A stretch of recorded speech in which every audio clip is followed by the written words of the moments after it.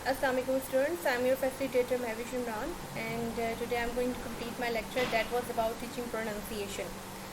हमने teaching pronunciation से relevant बहुत सारी बातें डिस्कस की थी, जिसमें हमने देखा था कि जो 3 स्टेप्स हैं, ठीक है, वो बहुत ज़्यादा इंपॉर्टेंट है कि जब भी आप कोई टारगेट लैंग्वेज सिखाने लगते हैं तो आप या तो उसके बेसिक साउंड, जो उसके साउंड ऑफ इंग्लिश है, उसके बारे में बात करते हैं।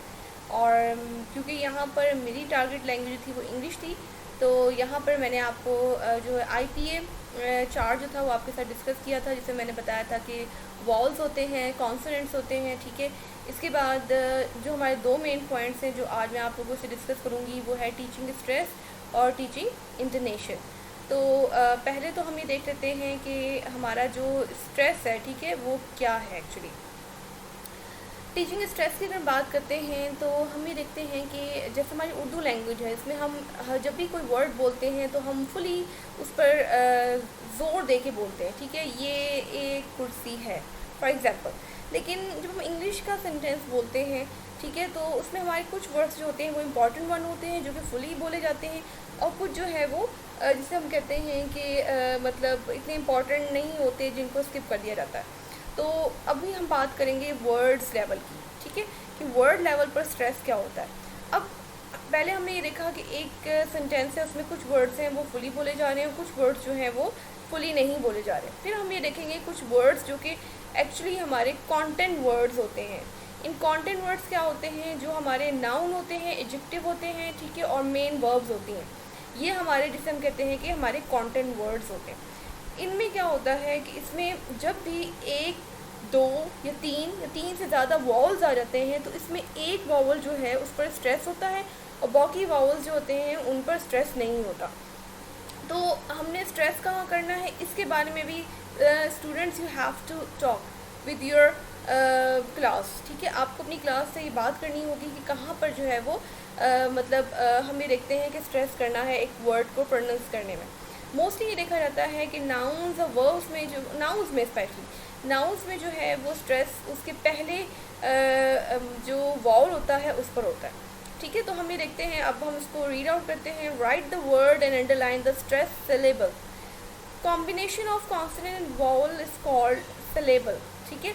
अगर एक सेंटेंस और एक वर्ड में 3 वॉवल्स हैं, ठीक है, तो देयर कैन बी और there can not be 3 consonant, ठीक है। बट जब हमारे पास 3 वॉवल्स आ गए, इट मीन्स हमारे पास 3 सिलेबल आ गए, ठीक है। लाइक ब्यूटीफुल, इसमें हमारे पास क्या है, हमारे पास इसमें जो है वो 3 वॉवल्स हैं, ठीक है। ई, ब्यूटी, ब्यू, BUTI एंड फल, आ साउंड आ गए यहाँ पे, ठीक है, उल्टा ए। तो हमारे पास 3 यहाँ पर सिलेबल हो जाएंगे क्योंकि यहाँ पे हमारे पास 3 वॉवल्स आ गए। अब यहाँ पे कहते हैं गुड मॉर्निंग। अब यहाँ पे उसने ये दिखाया है, अगर आप देखें मॉर्निंग पर MOR पर उसका स्ट्रेस है। इट मीन्स मॉर्निंग क्या है, you can see that this is noun. तो यहाँ पर हमारा जो स्ट्रेस है वो फर्स्ट वन पे। अच्छा, गुड में कहीं भी स्ट्रेस नज़र नहीं आ रहा, क्यों? क्योंकि इसमें सिर्फ और सिर्फ एक वॉवल है।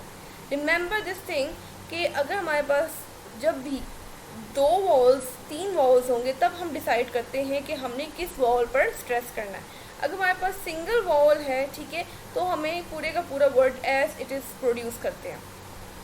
Right the stress syllable in different colours. This is a very good technique कि आप जो है स्ट्रेस वॉल जो है या स्ट्रेस सिलेबल जो है उस पर आप जो है वो कॉन्सेंट्रेट करें। एंड रिमेंबर वन थिंग कि combination of consonant and wall is called the syllable. Single आपने क्या करना है, सिंगल आपने वॉल को कलर नहीं करना, बल्कि उसके साथ जो कॉन्सोनेंट है वो भी कलर में आएगा, क्योंकि पूरे का पूरा एक सिलेबल बन जाता है।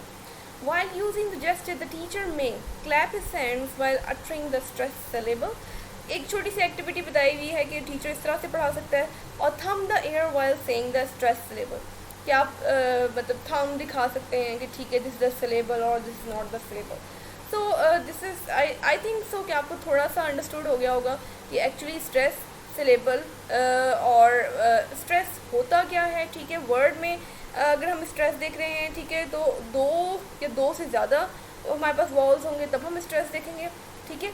और उसके बाद हमने जो है वो मतलब स्ट्रेस के बारे में पढ़ाना कैसे, यहाँ पर 2 एक्टिविटीज़ भी देखी जा सकती हैं।